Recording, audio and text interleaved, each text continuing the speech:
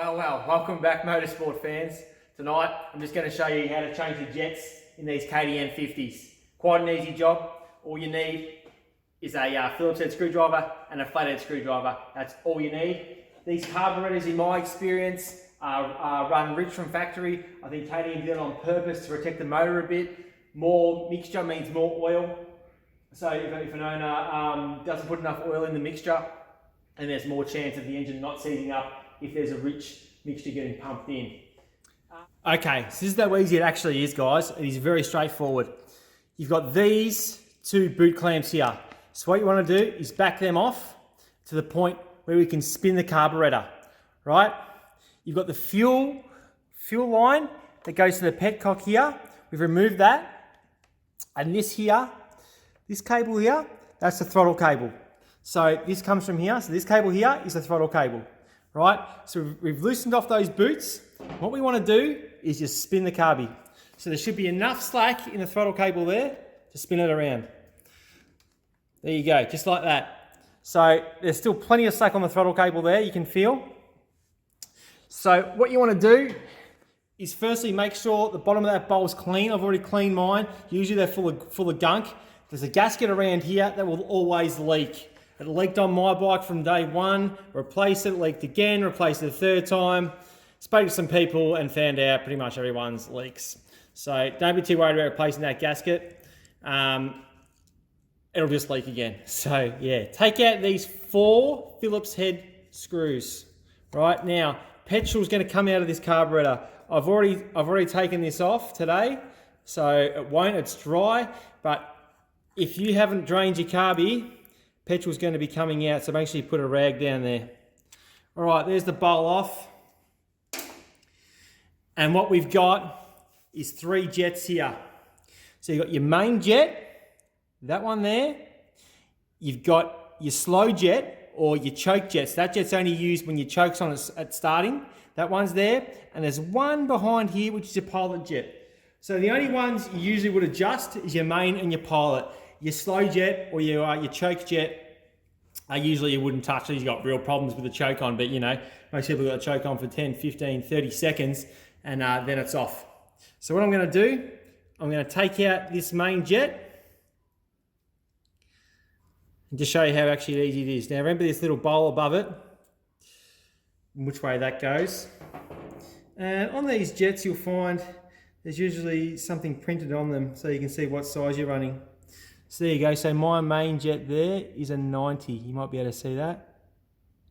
It's a 90. So stock is 95 for mine. So I went down one size to a 90. Now the pilot jet, you'll be able to see better now, is there. That one right there. So we're going to remove that. Just like that. Just be gentle. It's quite soft material, or soft metal. Take it out. And there's the pilot. So this one, I'm running a 48. I think I've gone down one size there on the pilot as well. You might just be able to focus in on that 48. So this is obviously the stage where you'd either go up or down, just depending on what you require. It's sort of a hit and miss and a learning game. But obviously I'm going to put the same jets back in. But if you were to go down a size or up a size, you'd put the appropriate jets in, pilot and main.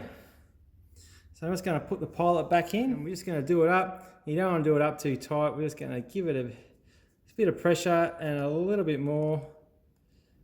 That'll do it. And do him up again as well. Just like that. And that's basically it, guys. Like, it's that easy. It's that easy to change jets and begin tuning your bike. So it's definitely not something to be scared of. All you got to be aware of is keep everything clean. You want no bits of grit, no dirt, no mud, no grease in that carburetor at all. So keep it perfectly clean and you'll be fine. I'm going to chuck the bowl back on. And we're just going to do up these Phillips head. Do them up nice and tight. Not too tight, but just give them a good nip. And turn the carburetor back around. Just like that. And we're going to do up these hose clamps again. You want to make sure there's no air leaks on either side. So these ones can go up quite tight, just like that. Now I'll reconnect the fuel tube up here. So there you have it, guys. That's how easy it is to change the jets on these KTM50s. Very easy job. Don't be too daunted by it.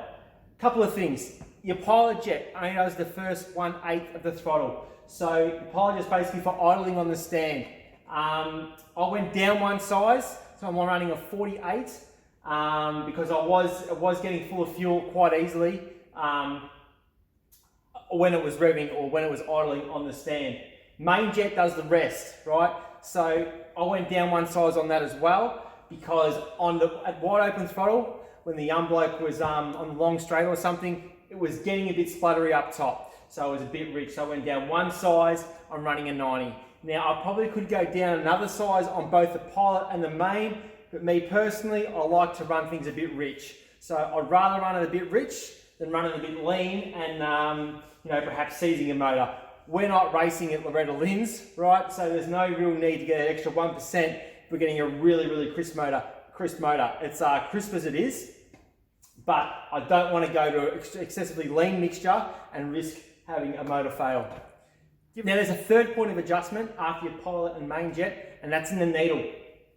So on these KTMs, the needle clip position can be moved up and down, which will regulate how far the needle goes in and out of the carburetor.